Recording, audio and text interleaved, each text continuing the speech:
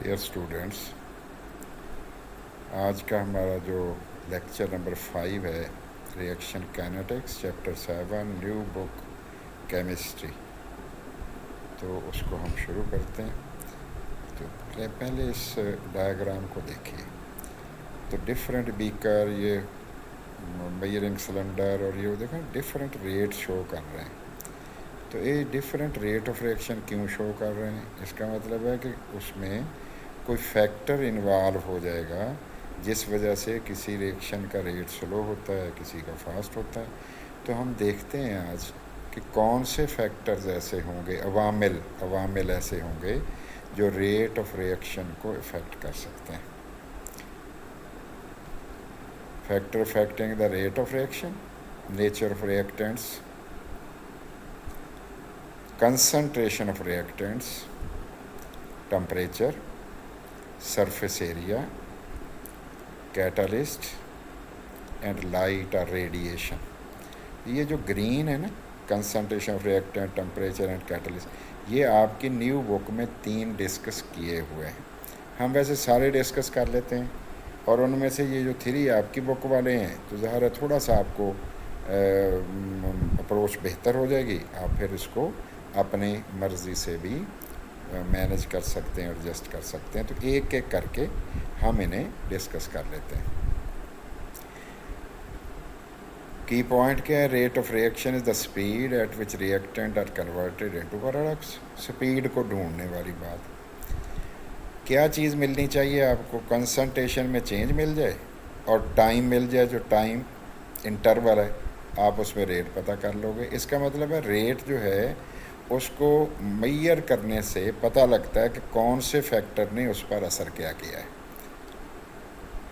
और अगर वो फैक्टर की वजह से बढ़ गया है तो हम कहते हैं रेट बढ़ गया जी इस फैक्टर की वजह से। और क्या पैरामीटर था जी? टेम्परेचर बढ़ाया तो रेट बढ़ गया, इस तरह की बात। Influenced by several factors based on collision theory. इसका मतलब असल मसला है इफेक्टिव कोलिजन का between reactant molecule, so that the old bond break और फिर प्रोडक्ट में न्यू बॉन्ड बन जाएं। और आपको पता है कि जब रिएक्टेंट ने प्रोडक्ट में चेंज होना होता है ना, तो एक एक्टिवेशन एनर्जी भी उनको अटेन करनी पड़ती है, एनर्जी बैरियर उसको क्रॉस करना पड़ता है ना, रुकावट को। इसका मतलब एक तो टकराते वक्त सफिशेंट एनर्जी होनी चाहिए और दूसरा उनकी करेक्ट ओरिएंटेशन भी होनी चाहिए आपके मॉलिक्यूल्स की। वाई इट मैटर्स, क्यों हम कहते हैं जी कि रेट बढ़ा लो और उसका क्या फ़ायदा होगा, या कहीं हम कह देते हैं रेट को स्लो कर लो। जैसे कंबस्शन हम कर रहे होते हैं इंटरनल कंबस्शन इंजन में पेट्रोल की, हमने टेट्रा इथाइल लेड उसके अंदर डाला हुआ होता है और वो नेगेटिव कैटलिस्ट का काम कर रहा होता है, प्री मैच्योर कंबस्शन नहीं होने देता। तो इसका मतलब ये हुआ कि वहाँ हमें रेट कम करने का फ़ायदा है। और अगर कहीं हमने रेट बढ़ाना है, और बढ़ाना क्यों है? ताकि केमिकल प्रोडक्शन ज़्यादा हमारी हो जाए, टाइम कम में हो जाए। फार्मास्यूटिकल्स में हमने कोई मेडिसिन बनानी है, थोड़े टाइम में ज़्यादा बन जाए, ज़ाहिर ही फिर तो कोई फैक्टर एडजस्ट करना पड़ेगा, कंडीशन जो है उसको एडजस्ट करनी पड़ेगी। तो चेक करते हैं। इसका मतलब हमारा जहाँ फ़ायदा रेट को बढ़ाने का है तो हम वो काम कर रहे होते हैं, और जहाँ हमारा फ़ायदा होता है कि रेट को कम कर लें वहाँ हम वो कर रहे होते हैं। फॉर एग्ज़ाम्पल H2O2 में ग्लाइसरीन डालते हैं फ्यू ड्रॉप्स, वो डिकम्पोजिशन को स्टॉप करके रख देता है। ठीक हो गया, वहाँ हमारा फ़ायदा ये होगा ना। अब हम देखते हैं कि सबसे पहला फैक्टर है नेचर ऑफ रिएक्टेंट्स। अगर नेचर बदल जाए रेट बदल जाएगा। अब देखते हैं क्या होता है इसमें। Chemical nature type of bond affect करेगा। फॉर एग्ज़ाम्पल आयनिक कंपाउंड में आयनिक बॉन्ड है और कोवलेंट कंपाउंड में कोवलेंट बॉन्ड है। पानी में सोल्यूशन में आयनिक बॉन्ड को वाटर ब्रेक कर देता है ईजीली। जब ईजीली कर देगा तो फिर आयन तो फ्री फिर रहे होंगे आपके सोल्यूशन में, तो उसका कन्वर्ट होना प्रोडक्ट में इजी होगा, क्योंकि वहाँ एनर्जी ऑफ एक्टिवेशन तो होगी नहीं। अगर कोवलेंट कंपाउंड होगा तो कोवलेंट बॉन्ड को पहले ब्रेक करना है, फिर नया कोवलेंट बॉन्ड बनना है, एनर्जी बैरियर भी क्रॉस करनी है एक्टिवेशन एनर्जी वाली। तो वो फिर जो कोवलेंट कंपाउंड्स के रिएक्शन होंगे वो ऐसा होंगे जैसे आपने पढ़ा हुआ है इथाइल एसीटेट की हाइड्रोलिसिस में वो रिएक्शन आयनिक कंपाउंड के रिएक्शन से तो बहुत स्लो होगा। Ionic compound reacts faster than covalent ones, ये देखें, because ionic bonds are weaker, तोड़ लिए जाते हैं, कमज़ोर होते हैं पानी में और डिसोसिएट हो जाएंगे, आयन अलग अलग हो जाएंगे इन सोल्यूशन में, और एनर्जी ऑफ एक्टिवेशन नहीं होगी, रेट ऑफ कन्वर्शन तेज़ी से हो जाएगा रिएक्टेंट का प्रोडक्ट में। Reaction between sodium chloride solution, ये सोडियम क्लोराइड सोल्यूशन है, हमने इसमें ले लिया टेस्ट ट्यूब में, और उसमें हमने सिल्वर नाइट्रेट डालना, जैसे ही डाला सिल्वर क्लोराइड देखो बना हुआ है, कितनी देर में बन जाता है, कहते हैं in the range of 10 raise to power -6 second में ये बन जाता है। जबकि कोवलेंट जो रिएक्शंस होंगे, जैसे स्टेरिफिकेशन करनी है हमने, कार्बोक्सिलिक एसिड का अल्कोहल का रिएक्शन करवाना है, उससे एस्टर बन जाता है, तो वो स्लोअर होता है, उसमें टाइम लग रहा होता है और मिनट से आवर्स तक लग जाते हैं रिएक्शन कंप्लीट करने में। इसी तरह अगर मेटल्स देखो, ये मेटल में पोटाशियम की रिएक्टिविटी बहुत ज़्यादा है, वाटर से कराओ धमाका होगा बाकायदा, हाइड्रोजन बनेगी, आग भी उसको लग जाएगी। सोडियम में धमाका होगा लेकिन उतना बड़ा नहीं होगा जैसे पोटाशियम से हुआ, वाटर से, पोटाशियम और वाटर के रिएक्शन से, सोडियम वाटर के रिएक्शन से हाइड्रोजन को आग लग जाएगी।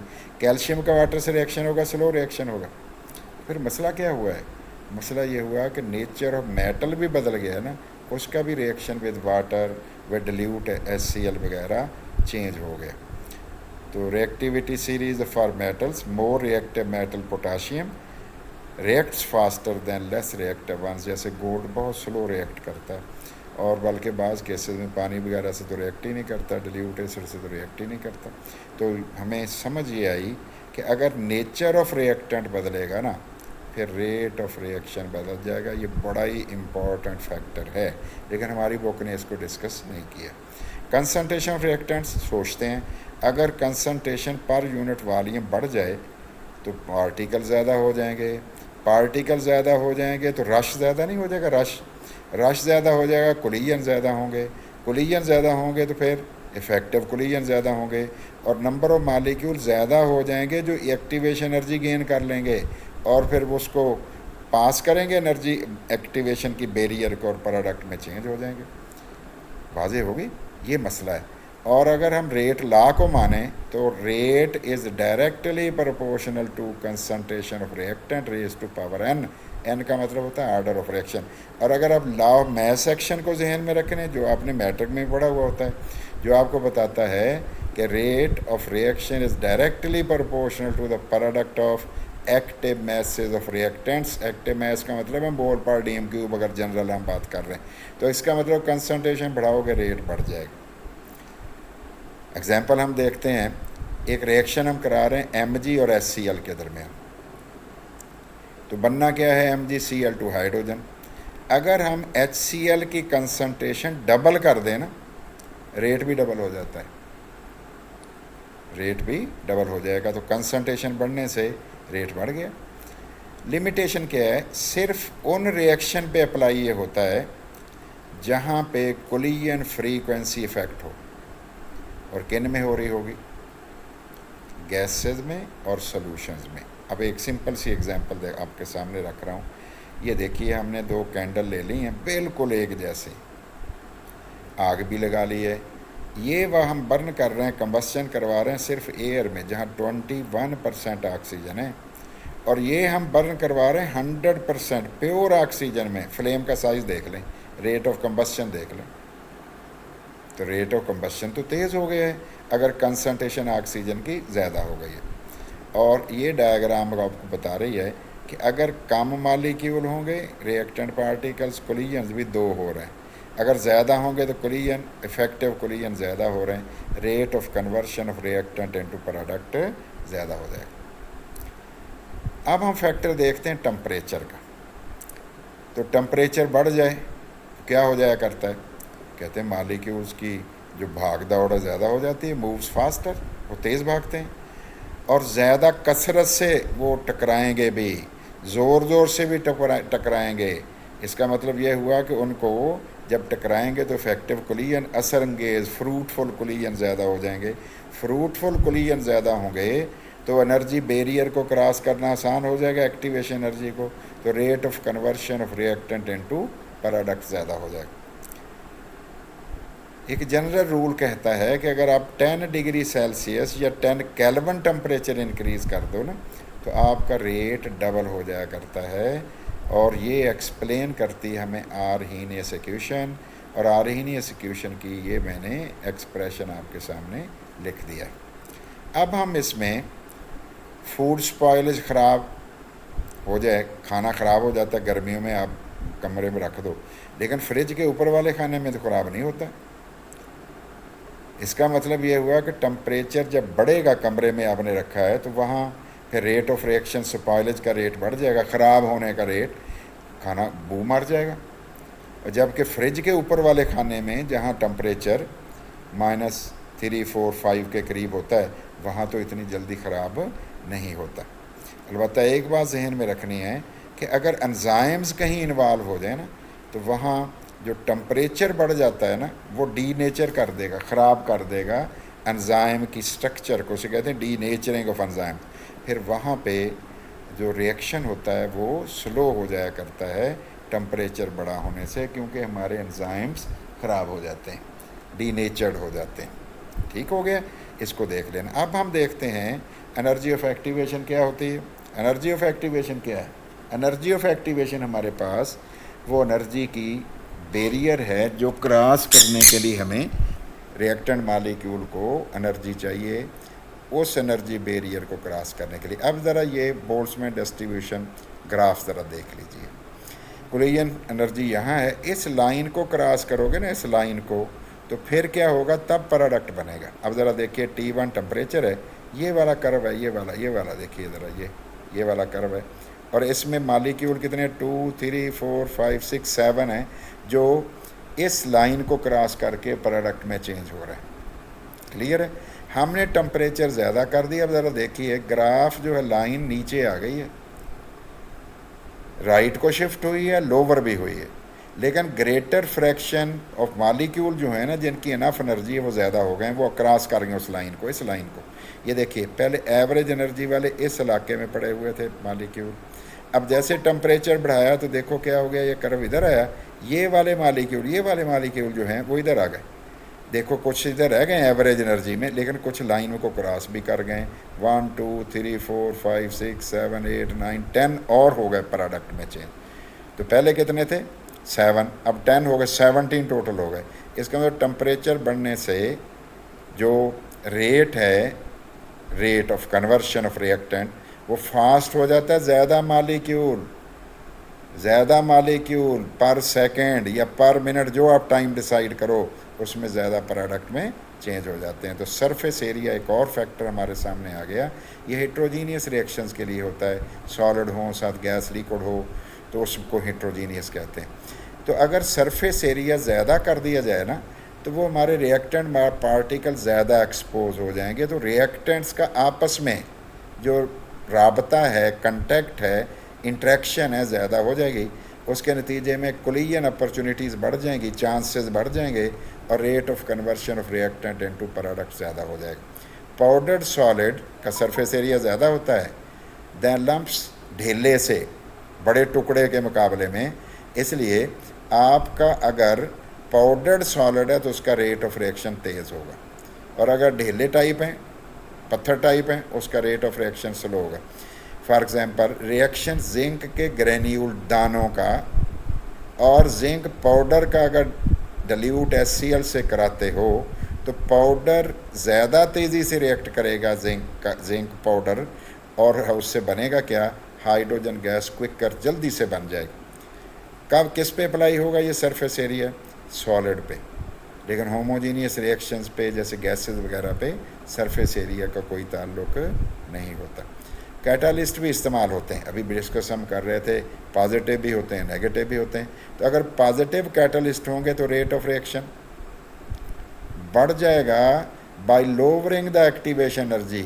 ये क्या हो जाएगा, कैटालिस्ट एक अल्टरनेटिव पाथवे, रास्ता दे देगा जो छोटा रास्ता होगा, जिसकी चोटी छोटी होगी, पहाड़ी छोटी होगी, तो rate of conversion of reactant into product ज़्यादा हो जाएगा। टाइप्स क्या होते हैं? होमोजीनियस भी हो सकते हैं कैटालिस्ट, हिट्रोजीनियस डिफरेंट शक्लों में भी हो सकते हैं, और उसकी डिटेल आगे आ जाएगी, उसकी एग्जांपल्स भी हम देखेंगे, यहाँ एग्जांपल देना मुनासिब नहीं होगा। एग्जाम्पल हम दे रहे हैं कि एंजाइम्स भी बायोलॉजी में होते हैं, वो भी कैटालाइज करते हैं। जैसे H2O2 की ब्रेकिंग करनी हो तो एक एंजाइम कैटालेज उसका नाम है, वो यूज़ किया जाता है, बढ़ा देता है डिकम्पोजिशन। और इंडस्ट्रियल यूज़ भी है कैटलिस्ट का। अगर आप कंटैक्ट प्रोसेस है कंटैक्ट सल्फ्यूरिक एसिड बनाने का, उसमें वनेडियम पेंटाक्साइड को हम यूज़ करते हैं SO2 की ऑक्सीडेशन करने में, SO3 में। लेकिन अभी हम बात कर रहे थे कि इनहिबिटर्स भी होते हैं जो कैटलिस्ट, नेगेटिव कैटलिस्ट जिसे हम कहते हैं, वो क्या करते हैं, वो रेट ऑफ रिएक्शन को स्लो करते हैं। तो कहीं हमारा फ़ायदा होगा ना, जहाँ रेट ऑफ रिएक्शन स्लो कराना होगा वहाँ फिर रिएक्शन को स्लो भी कर लेते हैं। तो एक बड़ा अहम फैक्टर हुआ। फॉर एग्ज़ाम्पल पेट्रोल की आपने कंबस्शन करानी इंटरनल कंबस्शन इंजन में, हमने tetra ethyl lead anti knocking agent डाला हुआ है। ये एनर्जी बैरियर बढ़ा देता है, एक्टिवेशन एनर्जी, और रेट ऑफ रिएक्शन को स्लो करता है। हमारा फ़ायदा है, नॉकिंग नहीं होगी, स्मूथ कंबस्शन होगी, टाइम पे होगी। और उधर अगर H2O2 की डिकम्पोजिशन आप रोकना चाहते हो, फिर आप उसमें ग्लिसरीन डाल दो। ये क्या होगा, नेगेटिव कैटलिस्ट इनहिबिटर। वहाँ हमारा फ़ायदा होगा क्या कि H2O2 डिकम्पोज ना हो, लंबे अरसे तक बॉटल में हम इसको यूज़ कर सकें। और पॉइजन्स भी, जहरीली चीज़ें भी कई होती हैं कार्बन मोनोऑक्साइड टाइप, जो क्या करती हैं, प्लैटिनियम को डीएक्टिवेट कर देती हैं, कैटलिस्ट को डीएक्टिवेट करती हैं। अगर डीएक्टिवेट करेंगी तो रेट ऑफ रिएक्शन स्लो हो जाएगा। एक और फैक्टर है हमारा 6 नंबर वाला, लाइट। आपको पता लाइट फोटान पर मुश्तमिल है और फोटान एनर्जी के पैकेट हैं। तो ये ज़रूरी हैं, कई रिएक्शंस ऐसे हैं जहाँ इनकी ज़रूरत होती है, जैसे फोटोसिंथेसिस, अगर लाइट ना हो नहीं होगा। सिल्वर ब्रोमाइड को सिल्वर में रिड्यूस करना, लाइट ना हो, फोटान ना हो, रिडक्शन नहीं होगी। इसका मतलब ये हुआ कि इस तरह के जो रिएक्शंस है फोटोसिंथेसिस टाइप या सिल्वर ब्रोमाइड का सिल्वर को में रिड्यूस करना, अगर इंटेंसिटी ऑफ लाइट बढ़ जाएगी ना, रेट ऑफ रिएक्शन ज़्यादा हो जाएगा, फोटान ज़्यादा पड़ने शुरू हो जाएं, चलो ऐसे कह लेते हैं। मीथेन की क्लोरीनेशन करना चाह रहे हैं, वहाँ फोटान ज़रूरी हैं, फिर बनेगा मिथाइल क्लोराइड और HCl। और अगर अंधेरा हो रिएक्शन ही नहीं होगा। Thanks for watching, subscribing and sharing.